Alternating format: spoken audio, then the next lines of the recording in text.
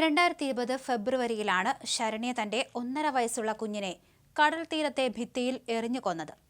കാമുകനൊപ്പം ജീവിക്കുന്നതിന് വേണ്ടി ശരണ്യ 1.5 വയസ്സുകാരനായ സ്വന്തം കുഞ്ഞിനെ കൊലപ്പെടുത്തിയെന്നാണ് കേസ്. സംഭവത്തിൽ അകന്നു കഴിഞ്ഞിരുന്ന ഭർത്താവ് പ്രണവിനെ കുടുക്കാനും ശരണ്യ പദ്ധതിയിട്ടു. കൊലപാതക കുറ്റം അകന്നു കഴിയുകയായിരുന്ന ഭർത്താവ് പ്രണവിന്റെ തലയിൽ കെട്ടിവയ്ക്കാനും ശ്രമിച്ചു. ഒടുവിൽ അഴിക്കുള്ളിലായത് പല സാഹചര്യ തെളിവുകളോടെയായിരുന്നു.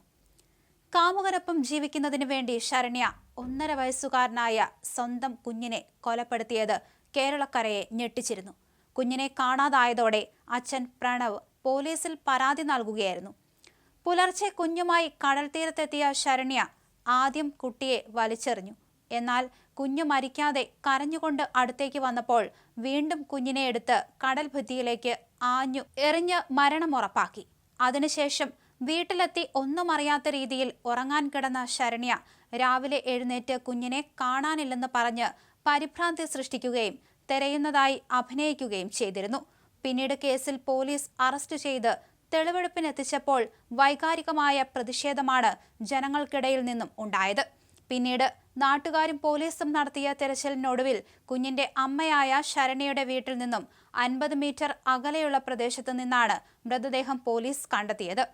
കാമുകനൊപ്പം ജീവിക്കാൻ വേണ്ടിയാണ് മകനെ കൊന്നതെന്നായിരുന്നു ശരണ്യ പോലീസിന് നൽകിയ മൊഴി. കേസിൽ 47 സാക്ഷികളെ വിസ്തരിച്ചു. മാസങ്ങൾ നീണ്ട വിചാരണയ്ക്ക് ശേഷമാണ് തളിപ്പറമ്പ് കോടതി വിധി പറഞ്ഞത്. സംഭവം നടന്ന് 5 വർഷങ്ങൾക്ക് ശേഷം 2025 ജനുവരിയിൽ ശരണ്യ ജീവനൊടുക്കാനും ശ്രമിച്ചിരുന്നു. കോഴിക്കോട് റെയിൽവേ സ്റ്റേഷന് സമീപത്ത് വിഷം കഴിച്ച നിലയിൽ കണ്ടെത്തുകയായിരുന്നു. യുവതി അപകടനില തരണം ചെയ്തിരുന്നു. പ്രണയിച്ച് വിവാഹിതരായവരായിരുന്നു ശരണ്യയും ഭർത്താവ് പ്രണവും. പിന്നീട് ഇവരുടെ ദാമ്പത്യത്തിൽ പ്രശ്നങ്ങൾ ഉടലെടുത്തു. കുഞ്ഞിനെ തട്ടിക്കൊണ്ടുപോയെന്നായിരുന്നു ശരണ്യ ആദ്യം മൊഴി നൽകിയിരുന്നത്. കുട്ടിയെ കാണാതായ സംഭവത്തിൽ പ്രണവിനെതിരെ ശരണ്യയുടെ ബന്ധു പോലീസിൽ പരാതി നൽകുകയും ചെയ്തിരുന്നു. വിശദമായ അന്വേഷണം നടത്തിയ പോലീസ് ശരണ്യയെ വിശദമായി ചോദ്യം ചെയ്തപ്പോഴാണ് കൊലപാതകം തെളിഞ്ഞത്.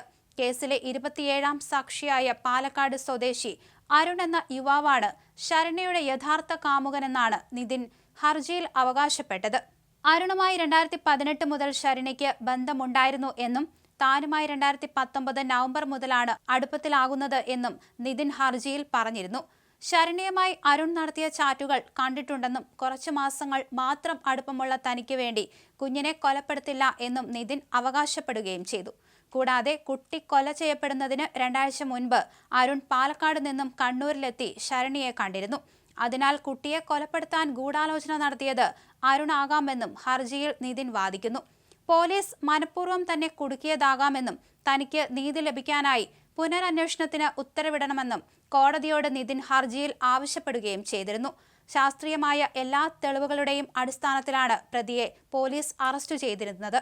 കുട്ടിയുടെ മരണത്തിന് മുൻപ് സമീപത്തെ ഒരു ബാങ്കിന്റെ മുന്നിൽ മണിക്കൂറുകളോളം ശരണ്യയും നിതിനും സംസാരിക്കുന്ന CCTV ദൃശ്യങ്ങൾ പോലീസ് കണ്ടെടുത്തിരുന്നു. കൂടാതെ ഇരുവരുടെയും ഫോൺ കോൾ വിശദാംശങ്ങളും പരിശോധിച്ചതിൽ നിന്നും കൊലയ്ക്ക് പ്രേരിപ്പിച്ചതിന് പിന്നിൽ നിതിനാണെന്ന് പോലീസ് കണ്ടെത്തുകയായിരുന്നു. എന്തായാലും സാഹചര്യ തെളിവുകളാണ് ഇപ്പോൾ നിതിനെ പ്രതി ചേർക്കപ്പെട്ടതിൽ നിന്ന് വിട്ടയച്ചിരിക്കുന്നത്.